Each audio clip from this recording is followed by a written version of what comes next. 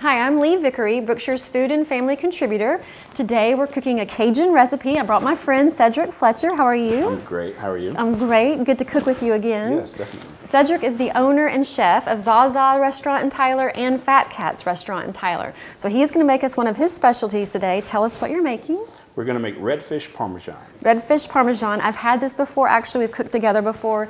It's delicious. You are in for a treat. So join us today in the kitchen as Cedric and I cook Redfish Parmesan.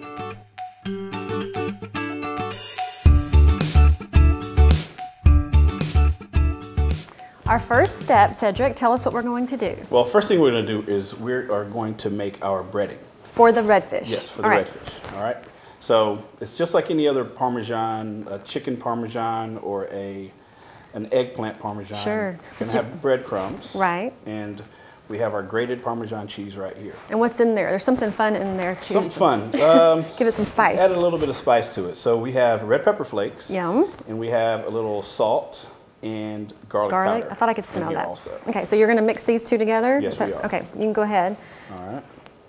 And these are just regular unseasoned breadcrumbs, nothing? Regular unseasoned breadcrumbs. You can use the little finer ones, but we use the bigger ones called panko. Panko. We're just going to mix these together a little bit. All right. It smells really good in here. And so what's beautiful about this dish is that it doesn't take a long time.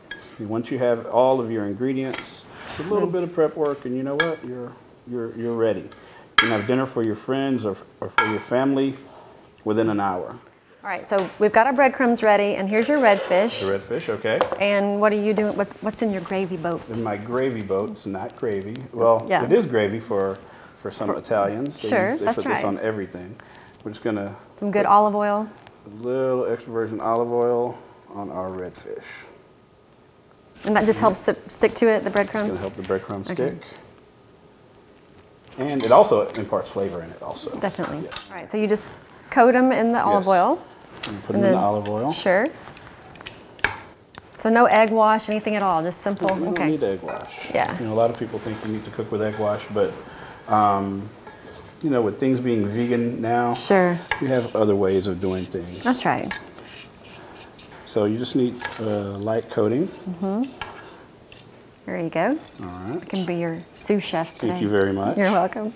Now this redfish is pretty thick, so when we cook it, we're not going to cook it so fast. So a lower temperature, depending on the thickness of the fish. Some fish you can let them cook in the pan, but some fish like this one we're going to have to wait. We're going to have to finish this off in the oven. So you sear it in a skillet and then put it in the oven. Okay. Sear the breadcrumbs on. Make sure you get a good stick and a good coating. There we go. And good color. All right. Looks delicious. Our next step is to cook the redfish. So tell us what we're going to do here. We've got our skillet heating up. Skillet. We're going to put some olive oil in there. All right. Same olive oil, just a good extra virgin olive oil. Extra virgin olive oil. All right. And this is an oven-proof saute pan because we're going to finish it in the oven, right? Yes, we're going to finish in the oven. All right. And what you don't want to do is just keep moving a dish back and forth. That's right. You know, okay. You just want to be able to keep it in the same dish. Sure. So we're going to take. Oh wow. See that? It's going to get a great crust on the Parmesan breadcrumbs. So about how many minutes per side? I know it depends on the thickness. It depends on the thickness, and also it depends on your temperature. Like we're running a little bit hot here. Sure. So we don't want it to burn, and that cheese will kind of get a little burned look to it. That's right. So we're just going to cook the first side probably about 3 or 4 minutes. 3 or 4 minutes, then flip it. Yes. And then what temperature in the oven do we finish it on? We're going to finish it in between 350 and 400. One of the ingredients in Cedric's Parmesan cream sauce is something called Scampi Butter. So he made that ahead of time just to kind of give us a little shortcut. Explain to us what this is, please. All right. Now what this is, it's regular butter. We take it and we put it in a mixer. Make sure it's soft or else it'll fly all over the place. Oh, yeah. But you want to make sure the butter's soft. And then we add garlic, a little bit of Italian seasoning. All right, garlic, Italian seasoning. Is the butter salted or unsalted, or does it? Unsalted. Unsalted, okay. White wine and parsley. All right. And you just whip that. It takes a while to whip together, doesn't it? It seems like I remember. It takes about 15 minutes to whip together. Okay. Now what's going to happen is it's going to whip, it's going to stick a little bit, but when you add the wine to it, it's going to take it and it's going to double in volume. Oh wow! Okay. So you're going to start out with a little bit of butter. Sure. You add the wine to it, and it's just going to double in volume. Wonder why it does. Do you know why it does that? It adds air to it. Air, okay, you're whipping air into it. Yeah, you're whipping air into it, and you're also just infusing all the flavors into it, and it is a wonderful, wonderful. No, and you gave me some last time we made this, so that you don't use all of it in this recipe, and you can store it in your refrigerator, and it's just a great herb butter for other recipes. And you can put it in your freezer, just like you freeze regular butter, and it just freezes well and it works well. It's a great thing to have in your kitchen. It really is. Okay, thank you. You're welcome. So we're ready to make our cream sauce, is that right? That is correct. Show us what to do, please. Okay, first thing we're going to do, we're going to put our butter that we've slaved so hard. Yes, we've already made our butter, and this skillet's already been heating up, right? Yes, About medium heat. Okay. So our yummy butter. There we go. And it looks like a lot of butter, but it really isn't. And remember, we had to let it whip so it doubled in size. Sure. So it's got butter, it's got everything else in it that we've added earlier. We're going to add our shrimp to this.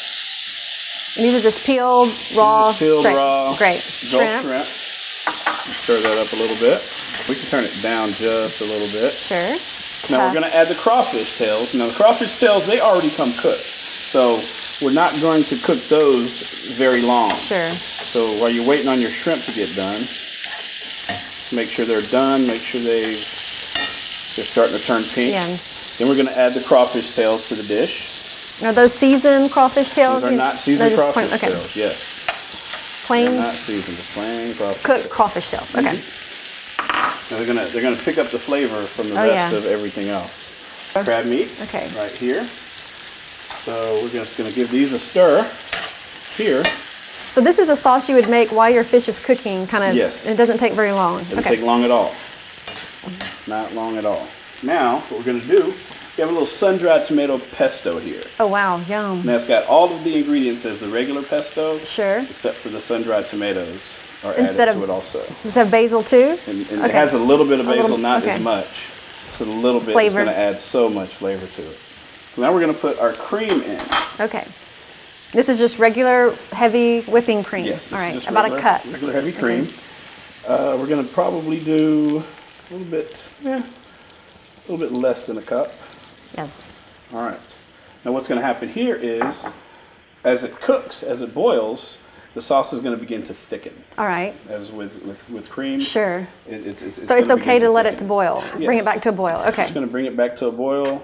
If you see that it has reduced too much, you can add a little white wine to it. Sure. Or add a little more cream to it. Okay. I personally don't like adding extra cream because when you eat it, it kind of gives you a little creamy film on your tongue. Sure. So I add things like white wine. So you can see the sauce thickening. You can see it coming together. It doesn't take long at all. It does not. It does not at all. So when your fish is done, you're just going to ladle this over the top. Okay.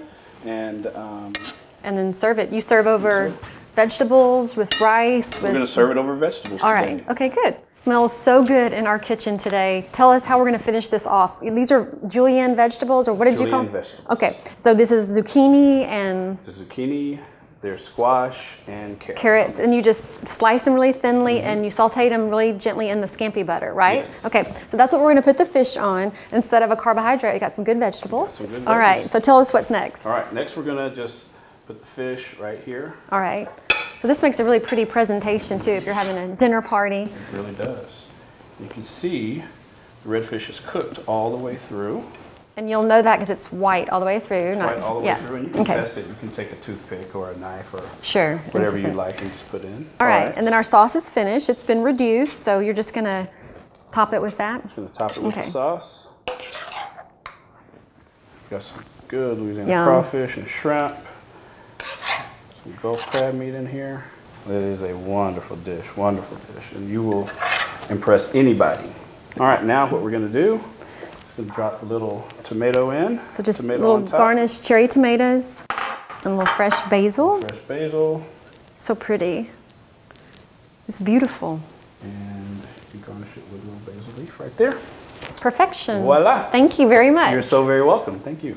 Thank you so much, Cedric, for coming today and making us your seafood Parmesan, redfish Parmesan. Yes. If people want to find your cooking, where do they go in Tyler? Okay, you can go to Zaza's Yes, Zaza's on Old Jacksonville. on Old Jacksonville, Yes, and and you can go to Fat Cat's Louisiana Kitchen. yeah, Fat Cat's Louisiana Kitchen has our Cajun recipes there too, and that's all in our March issue of Celebrate Cooking, tons of Cajun and Creole recipes. You can find Celebrate Cooking in the Brookshire stores free every month. You can also visit our website, brookshires.com, for this recipe and tons more.